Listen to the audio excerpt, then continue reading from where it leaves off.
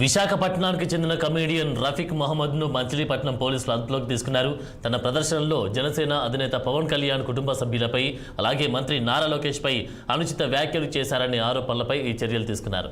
జనసేనకు చెందిన నేతలు సాయిని శివయ్య, మేకా రవి మచిలీపట్నంలోని చిలకలపూడి పోలీస్ స్టేషన్లో ఫిర్యాదు చేశారు.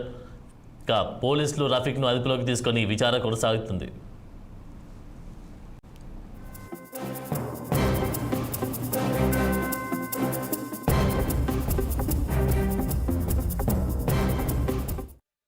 స్టాండర్డ్ కామెడీ షోలో పవన్ కళ్యాణ్ గారి గురించి, వారి కుటుంబ సభ్యుల గురించి అసభ్యకరంగా, అనుచితంగా మాట్లాడారు.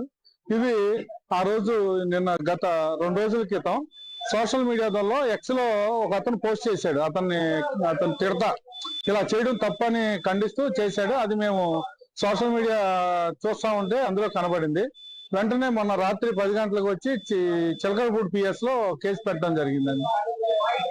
ఇతను జనరల్ గా ప్రైవేట్ జాబ్ చేసుకుంటూ స్టాండర్డ్ కామెడీస్ చేస్తా ఉంటారు. ఐటీ కంపెనీలో ఇలాంటి కామెడీ షోస్ చేస్తా ఉంటారు.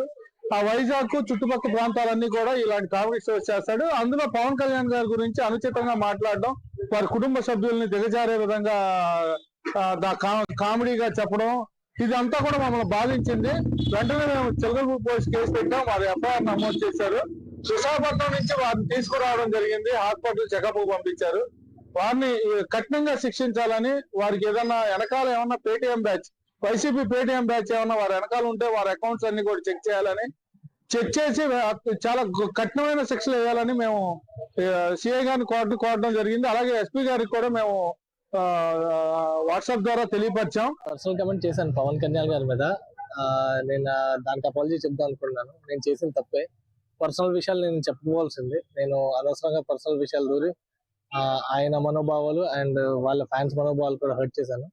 నేను అది అందరికి క్షమించమని అడుగుతున్నాను. నేను I'm really sorry about that. And next time నుంచి వాళ్ళ మీద, ఎవరి మీద ఎలాంటి పర్సనల్ కమెంట్స్ పాస్ చేయను. ఎటువంటి పర్సనల్ నా ఒపీనియన్స్ ఎక్కడ చూపించను. ఎటువంటి పర్సనల్ వీడియోస్ ఎక్కడ పెట్టను. ఇది ఎప్పుడు జరిగిందండి? ఇది ప్రీవియస్ సార్. ఇది సో ఇది అయిపోయింది సార్. 1.5 year అయిపోయింది.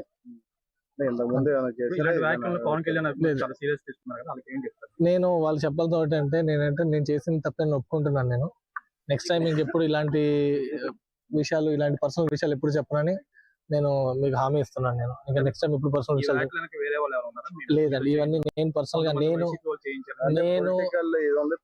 లేదు, ఎటువంటి పొలిటికల్ అభిప్రాయాలు లేవు. ఇది పర్సనల్ గా నేను చేసిందే.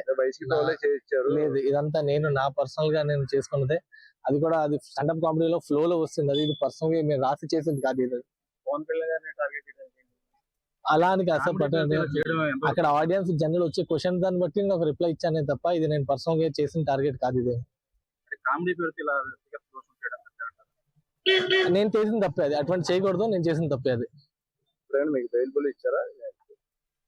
పెట్టారు స్టేషన్ ఏమన్నా పోలీసు మీ కేసు